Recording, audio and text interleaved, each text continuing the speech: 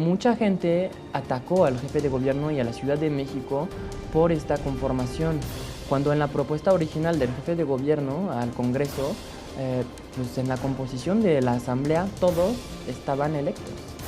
O sea, la idea es que todos fueran electos por parte de los ciudadanos. Creo que simbólicamente podemos decir que es un paso más en este estatus que teníamos pues hace ya algunos años de ser simplemente un territorio que albergaba los poderes de la Unión, a ser una entidad federativa que se expresa, cuya ciudadanía se expresa soberanamente y que se dota a sí misma de los derechos que quiere para su funcionamiento. Yo considero que sí se necesita, a pesar de que hay voces que puedo calificar como voces pesimistas, en el sentido de que dicen, pues si ya estábamos gobernados por un estatuto de gobierno del distrito, entonces Distrito Federal, ¿para qué necesitamos una constitución? Y sí la necesitamos porque vamos a ejercer nuestros derechos democráticos de manera más significativa. Sí, es un gran cambio, es un gran logro histórico que yo sé que va a llevar a muchas cosas buenas. Y de muchas formas, porque se va a revisar y volver a revisar y se está abriendo a todas las propuestas, ¿no? Entonces aquí queremos ser muy concisos, muy claros y muy incluyentes y que la ciudadanía se sienta protegida, que se sienta con derechos y también con deberes, por supuesto. Indira Sandoval, nos estabas diciendo por qué los habitantes de la Ciudad de México en efecto necesitamos una constitución.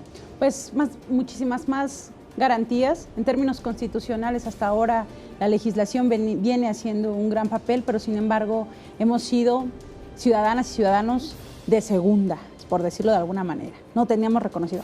El auditorio sabrá que para hacer una reforma constitucional se requiere de la aprobación de todos, de por lo menos más de la mitad de los congresos locales. Por ejemplo, la reforma energética, financiera, educativa, que es más bien administrativa y demás. Pues la reforma política tuvo que pasar por ahí y sin embargo la ciudadanía de entonces Distrito Federal, ahora Ciudad de México, no participó ni directa ni indirectamente en las decisiones de este país, porque no tenemos un Congreso local, porque nuestra Asamblea Legislativa no le mandaban a consulta esas reformas constitucionales. Un poco para que dimensionemos. Por supuesto que es necesaria una constitución, un congreso local, las alcaldías, pero ¿con qué reglas? ¿Qué atribuciones tendrán las alcaldías? ¿Qué alcances tendrá un consejo ciudadano, las concejalas y los concejales, a diferencia de un acta de cabildo que tienen, por supuesto, otras facultades? ¿Cómo se va a hacer la nueva forma de gobierno que permita una representatividad, además de que apostamos por que sea paritaria y porque vayamos hacia la igualdad sustantiva? Hay pasos ya dados. Ni un paso atrás en los derechos conquistados, pedimos la progresividad de estos. En el caso de las mujeres, creo que esta Ciudad de México ha dado cuenta del reconocimiento de algunos de los derechos humanos de las mujeres, no de todos, y en eso seguiremos, tendrán que ser progresivos. Una constitución progresista, como la Ciudad de México una misma. Constitución garantista. Es tiempo de que le preguntemos a Aurelín Willy, a ver, ¿cuáles son los puntos que deben de tener prioridad en la Asamblea Constituyente de la Ciudad de México? Bueno, como comentaba al principio de mi intervención, yo partiría de la crisis democrática que estamos enfrentando y de la falta de confianza que tiene la gente ante sus instituciones. Yo creo que por eso la prioridad de la Asamblea Constituyente va a ser el derecho a la buena administración, el derecho al buen gobierno. Este derecho al buen gobierno es una innovación que se está basando sobre el Tratado de la Unión Europea de Lisboa, precisamente, y la Carta de Niza, a partir de la cual se reconoce un conjunto de derechos, es decir, el derecho a un gobierno transparente, un derecho a un gobierno eficiente, un derecho a un gobierno que rinde cuentas y sobre todo un derecho a que esos ciudadanos pueda hacer exigibles el derecho al buen gobierno. Es decir, que con el proyecto del jefe de gobierno se permite a cualquier ciudadano de la Ciudad de México poder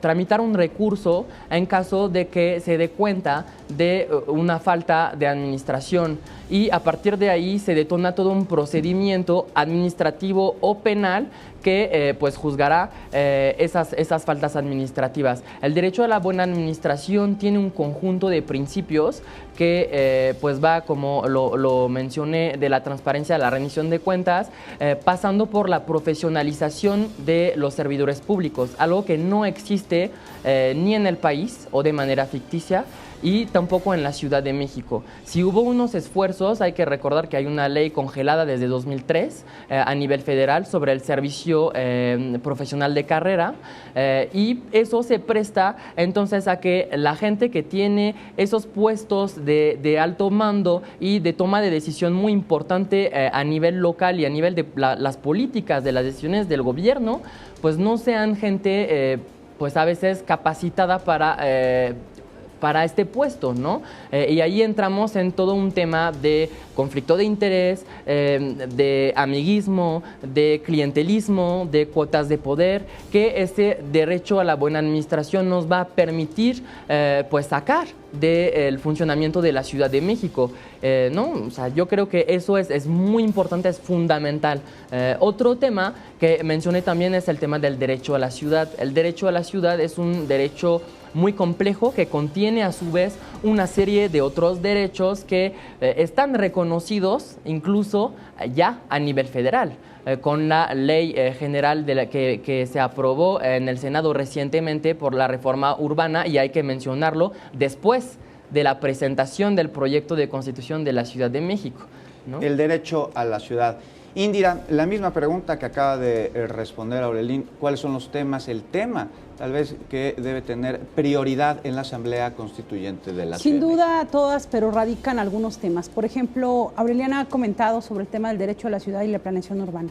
Una discusión que está ya situada en el tema, no solamente en términos de planeación o planificación, tiene que ver con temas políticos y tiene que ver con temas económicos. El uso del suelo.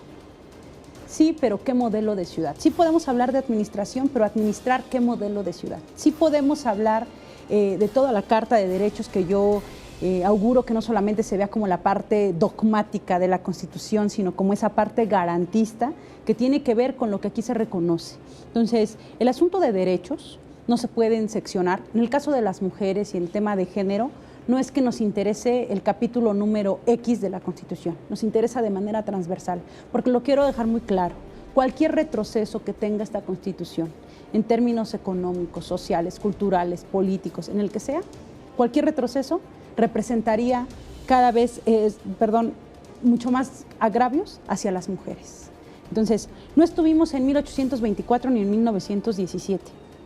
Es el primer proceso constituyente, no solo de la ciudad, sino de todo el país, en el que las mujeres con derechos plenos estamos. Y nos interesan todos los derechos. Nos interesa la vida económica, social, cultural, política y administrativa de esta ciudad.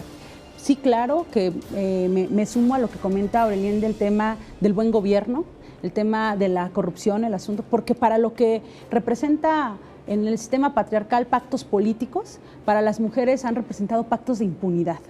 Actualmente en esta ciudad muchos de los temas que no están recogidos o garantizados, por mucho que se diga nuestro derecho a una vida libre de violencia, la Ciudad de México no es territorio libre de feminicidios, ni es territorio libre de desapariciones, ni de violaciones, ni demás. Entonces ese modelo, ese derecho a la ciudad, lo queremos con una perspectiva incluyente, con una perspectiva para todas las personas, para todas las mujeres, de todas las edades, de todas las condiciones. Entonces, no es que nos interesen unos derechos más que los otros, pero sí reconocemos que mucha de la discusión está en el modelo de ciudad que nos planteamos tener, para después revisar cómo vamos a administrarlo o cómo hay mecanismos de participación ciudadana. Nuestra apuesta también va por ahí. ¿Qué mecanismos de participación ciudadana efectivos requiere sostener esta Constitución para que de manera clara y decidida podamos estar la ciudadanía participando? Este proceso constituyente, por lo menos en la etapa para conformar la Asamblea Constituyente, el asunto se partidizó. Ser candidato ciudadano y no morir en el intento, la verdad es que faltó el manual, tendría que venir acompañado. 75,000 firmas para solo obtener el registro. Ni siquiera en la historia, nadie que esté actualmente en la Asamblea Legislativa o por parte de la Ciudad de México en el Congreso Federal sostiene ni en firmas ni en votos ese tema de representatividad. Entonces, ese tema de representatividad son los temas que deben priorizarse en la Asamblea Constituyente de la Ciudad de México, de acuerdo con nuestros invitados. Y bueno, con la reforma política del Distrito Federal, la capital del país deja de llamarse así, se convierte en la Ciudad de México. ¿Cuál será nuestro gentilicio? Regresando del siguiente corte, nosotros lo vamos a discutir. En cumplimiento con mi obligación constitucional, según lo dispuesto en el artículo 7º transitorio del decreto por el que se declaran reformadas y derogadas diversas disposiciones de la Constitución Política de los Estados Unidos Mexicanos en materia de la reforma política de la Ciudad de México, publicado en el Diario Oficial de la Federación el 29 de enero de 2016, hago entrega en este acto del proyecto de Constitución Política de la Ciudad de México.